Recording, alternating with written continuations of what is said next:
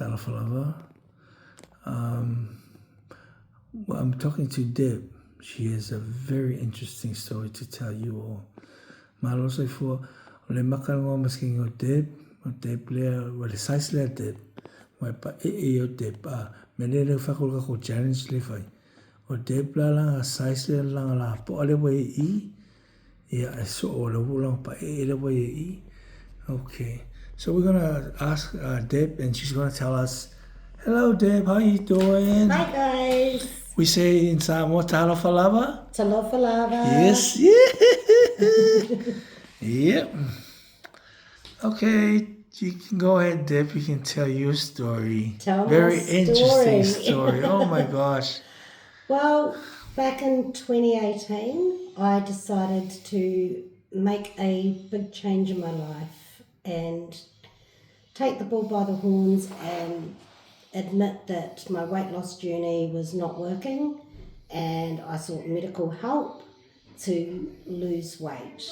So after years of struggling with weight due to sexual abuse as a child, I put on weight to make me feel less attractive to people, which led to a very bad cycle of eating depressed because you're overweight, etc. All came to a head in 2018. My health was not good. I had sleep apnea and I didn't want to die young like my mum, who had died young. So my husband said to me, you have to do something, you have to look at weight loss surgery. We were very fortunate to be in a position that we could get a second mortgage to cover the weight loss surgery. I realise there are a lot of people out there who do have to go on the public waiting list. Unfortunately, at 133 kilos, I was not deemed to be worthy of the free surgery through the public waiting list. However, going through the Wellington Weight Loss Clinic, through Taylor Clinics, was my life-changing result. I met with my surgeon, Atul, and that was in the July, maybe it might have been the June, and then by the August, I was having my surgery. So we are now, I think it's 6 years, 6 years down the track, and my lowest weight was 60. I wasn't very well at that time. However, my weight did jump up to around the 65, which I was happy. And due to a few complications that have arisen and medications I've had to take, I have put on about 15 to 20 kilos more, but I'm still happy with where I am. Some of the complications I have had, I did have a hiatus hernia, which did get corrected. I've also had some bleeding ulcers. That was due to me smoking when I shouldn't have been smoking. Quit smoking. Correct. It's not good for you. Correct. It does play a big havoc on somebody who's had bariatric surgery. I forgot to tell you, I had the mini bypass. Can you explain what bariatric surgery is? Yep. So bariatric surgery there's a few different types. There is the sleeve, where they do, from my knowledge of it, they put something over the stomach, which is like a sleeve, like a wee sleeve, which is why they call it a sleeve, and that reduces your intake. There's also the mini bypass, which is a single loop bypass, so they bypass the stomach, and there's also the full Roux-en-Y bypass. So there's 3 different types. I had the mini bypass, which my surgeon decided was the best one for me. Yes, I did have some complications which can arise. it's Any medical procedure. any medical medical there's going to procedure. be They can't guarantee it, Yeah. you know, for sure. Just to be clear to everybody. Yeah. There's no miracle about it. You know, any surgery. No. There's Any a risk. surgery Always a there's risk. always risks. That's correct. I have also recently last year had my gallbladder out. Ooh. That was due to the rapid weight loss, things like that. Oh. Is that part of it? That can be a big part of it. Oh, okay. I've also had I was in a position where I was working full time, so I was able to save some money to be able to have skin removal surgery. So if you're interested in looking at that, I do have a Facebook page. Yeah, you tell them. Deb's, DEBZ, Skin Removal Journey. I do not shy away from anything on that. So that Facebook page, it will show you the full, everything that I've had done. Basically, I do blur out bits that need to be blurred out. But I have had a tummy tuck and a breast lift with fat transfer. That was my very first surgery. And then last year, I had my thighs and upper arms done with a little bit more fat transfer to the breasts. Last year was... Excuse me, can you write down your Yep. site? Just because some people, they can't, you know, they're listening. Yep, no, Because that's... we have different pronunciations, remember? Yep. Just to make them go through your, is that your Facebook? Yeah. Yeah, good. Yeah. So, I've written that down. I don't know if that's going to be back to front for you guys. Oh, yeah, bring it closer. Yeah. Okay, so that's my Facebook. Oh, nice. Okay. Hang on, I'll just zoom it in. Oh, the journey. Oh, nice. Deb's Skin Removal Journey. Yep. So that's on the Facebook, That's on Facebook, and people have come to me and been really happy with what I've posted because after my very first skin removal, I put some pictures up on one of the support groups I'm in, and people said, thanks for showing us what it looks like after having had the surgery. So I show you the before shots, I show you the after shots, I show you the journey that I've gone through, the healing process, the fact that I no longer have a belly button. My belly button, they made me a new one, it closed over, but I'm cool with that. But last year, after I had my thigh lift and my arm lift, I did get an infection in my thigh, which can happen. Unfortunately for me, it did result in having to have a skin graft. However, I am proud of my scars and where I've come from with that, and the skin graft does not bother me. Give me five. I like positive Yep. attitude. That's I right. have worn my bikini at Ooh. the hot pools and not cared about my scar, because my scars tell a story of where I've come, and I'm happy to answer any questions you might have. Yeah. And there are a lot of good supportive groups out there for people, and going through the clinic I went through, Taylor Clinics in Wellington, yes, it can be expensive, but this 2-year support program is what is needed, because it's not just about what you put in your mouth, it's what's happening up here.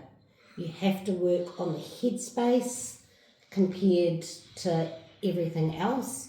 I've done a lot of mind empowerment work as well with Sonia, who is absolutely fantastic. I hear you're doing some healing as well through. Yes, I'm also, just to I'm mention also it, please. getting healing done at the Koronui Marae, which they have healers there, spiritual healers, on a Monday night from 5 p.m. till 9 p.m. and also on a Tuesday from 9 a.m. till 1 p.m. Address, please. Is it in That's Stokes Valley? It's Stokes Valley. Oh, so good. Koronui Marae, which is just down the road. So where the Catholic church is, just go down the driveway from the Catholic church, and it's right at the end. They've got signs out, Yeah. and it really, the marae has helped me so much. Oh, good, because good. I haven't been working since April. Due to medical reasons, I did have to give up my job because I've had a reaction with the COVID jabs, which exacerbated a autoimmune disease that I had that was dormant, and medication I had to go on. High doses of prednisone did make me put on a lot of weight, and also gave me some psychosis. So I've been on a bit of a journey this year. Yeah. And I'm now on a slightly different drug regime to help me with my autoimmune disease. And going to the marae and getting those spiritual healings has also helped me physically Mentally. and mentally, especially mentally, making me realise my self-worth and that I am worth investing in me. That's correct. Spiritually. How about spiritually? Spiritually investing in myself. Oh, beautiful. And the mentally investing in myself. So I've done a lot of growing in this past year, learning how to look after me and what's right for me. Taking care of number one. Taking care of number one. That's right. And I have a tattoo. Ooh, let's have a look. And it says, I am worthy. You gotta bring it closer. I'm not sure if you can I'll just see. zoom it in. It says, I am worthy because I am worthy. That's correct. Let's have a oh my gosh. Right on, girlfriend. Right on. And that reminds me daily that the journey I have been on I am worthy of spending the money. True. And being selfish. True. But in the long run, I am there for my children. I am there now for my grandson. Nice. Give me 5. What's the use of all the money and you did? Tell me. You tell me. You can't use money when you're dead. That's correct. We need to be able to be present for our family. That's right. And by going on this journey, I have made a huge difference that I am going to be around for my grandchildren for many years to come, and I am not going to be, unfortunately, dead and buried before the age of 55. Amen to that. So, what's the age was your mom passed away? My mum was 48 when she passed. Oh. And that was the catalyst in me going, I don't want to be dead at 48. She had a lot of medical problems that led to her passing. However, my weight, the way I was going, I was going to end up in the ground. Yeah. So I'm grateful for what I've been able to do. And I'll show you a picture. This is before and after. Jeez. And look at you right now. Let me have a look. And look at me now. Right on, girlfriend. I'm happy and I'm enjoying life. Yes, you tell them that. That's the And challenge. that's the facts of life. Yep. That's the facts of life. Correct. Yes. What's the use of the money? Yeah. Money is no good when you're dead. Yes, no good at all. That's what, sorry to cut in, that's what one of the pensioners, Samoan pensioner at work, had a joke on us, you know. He told us, hey, you young fellas, make sure you put down your kiwi saver. I said, why is that? Because you probably die tomorrow and some other guy's going to take all that money and enjoy your wife. Yep. So yeah, it's correct, you know. It's a joke, but the end cycle, the product, the message coming through, That's reality. That's the reality check. You got to take care of number one. Yeah. Got to take care of yourself. And if you are struggling with your weight, reach out to your doctor and try and see if you are able to get onto the public list. But also do look at other avenues for the private. Yeah.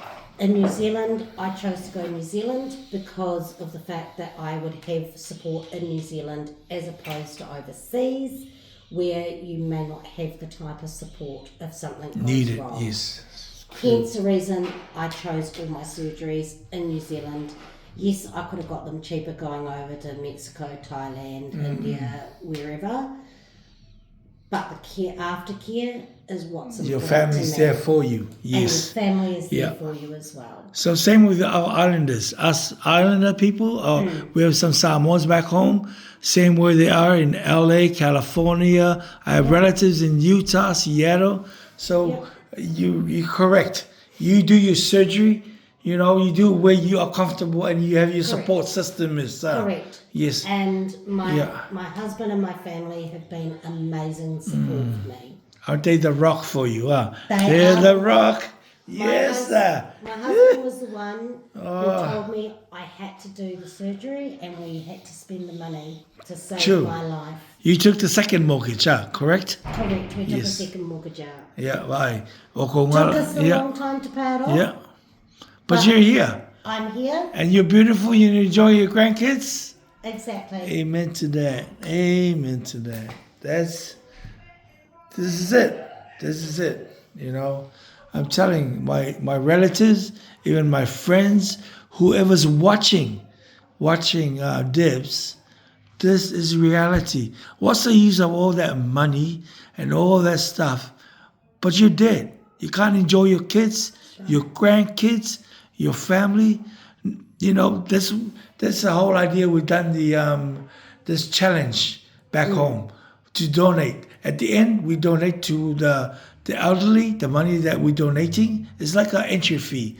But the bottom line is, whoever loses, we're all winners at the end. We lose weight and we're healthy. We're healthy for our kids, and we get to enjoy life. We'll be living longer.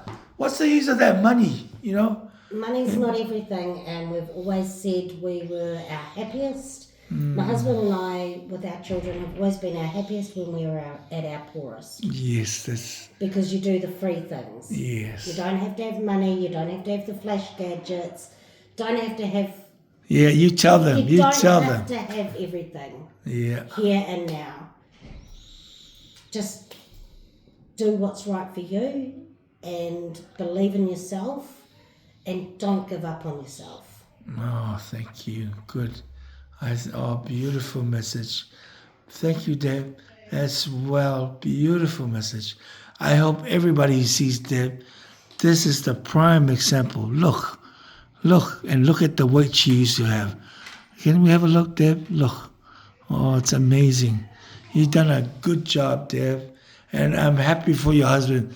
I hope all those husbands looking right now, you spend all your money to your wife and your kids and stop saving money. What's the use when you're dead? Hey? Yeah. And exactly. us in our culture, we do a lot of wha'alawe. Wha'alawe is you give money here, there, and there. They want to give money everywhere, but they cannot do it for themselves. They have to take care of themselves.